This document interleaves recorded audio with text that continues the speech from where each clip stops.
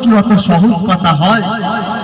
ওই চাক খোসানোর জন্য একজন মহাজনের বাবা দরকার পড়ে। আজকে ধরুন সেই চাক খোসানো মহাজন আমি, ওনাকে খোসা মেরে বল্লা উড়িয়ে দিয়ে বসে পড়বো সভা করে, মধু টস টস করে পড়বে, আপনারা আস্বাদন করবেন। জয় গুরু জয়। আজকের সবাই যা আলোচ্য বিষয়, দুপক্ষের দুজন উকিল, এরা কেউ কারো সাইতে বাবা কম নয়।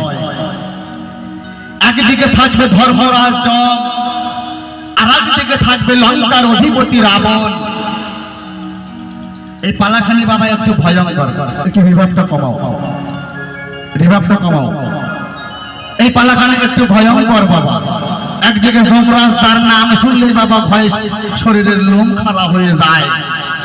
আর একদিকে সেই লঙ্কার অধিপতি রাবণের রাজা, যার কথা শুনলে পরে আজ পর্যন্ত ঘরের মা বোনেরা বাবা ভয়ে শিউরে ওঠে, তাই না? তাহলে এই যমরাজ হচ্ছে মৃত্যুর দেবতা। এ জগতে যমরাজের কি কর্ম রয়? এ জগতে যত প্রকার জীবী জন্তু মানুষ প্রাণী রয়, জন্ম লওয়ার পরে এই পৃথিবী ছেড়ে যেদিন চলে যায়, সরাসরি যমরাজ চলে এসে তার কাছে এসে তার শরীর থেকে আত্মাটাকে হরণ করে নিয়ে যায় সেই জমালয়ে। সে ব্যক্তি সারা জীবনে কতটুকু পাপ, কতটুকু পূর্ণ করেছেন, সেই জমালয়ে গিয়ে তার হিসেবে নিকেশ করা হয় বাবা। যদি সে ব্যক্তির পাপের ভাগ বেশি হয়, তাকে জ্বলন্ত অগ্নিকুণ্ডে নিক্ষেপ করা হয়। আর যদি বাবা পূর্ণ ফল তার ভালো হয়, তাহলে অনায়াসে গোবিন্দের চরণ লাভ করা যায়। তাহলে এই হলো যমরাজের ভূমিকা। জয় গুরু জয়। বর্তমানে দাঁড়িয়ে আছি আমি সম্রাট দাস বাউল।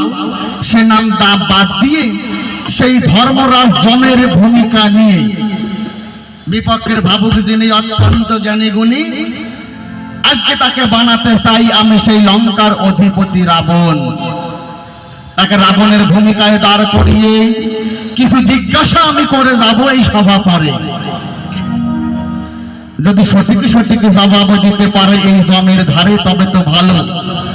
আর যদি জবাব না দিতে পারে, এই জমের গদা আর চাবুকের আঘাতে মিটিয়ে নিয়ে যাব আমার সেই জমালয়ে। কারণ এই রাবণের রাজা হলো বাবা একখানি অত্যাচারী রাজা। সারা জীবনে এতটুকু পূর্ণ অর্জন করতে পারে নাই, সারা জীবনে শুধু হিংসা, নিন্দা, মারামারি, কাটাকাটি ইত্যাদি করে যায়। রিভাবটা আরো কমবে। জয় গুরু জয়। এই রাবণ রাজার পরিচয় বাবা বিশেষভাবে দেওয়ার কিছু নাই। এই টিভিতে, মোবাইলে এবং রামায়ণ পড়লে পরে এই রাবণ রাজার পরিচয় পাওয়া যায়। এই রাবণ রাজা ছিল এত ক্ষমতাশালী, এত ক্ষমতা বাবা, ক্ষমতার বশে কি করেছেন জানেন?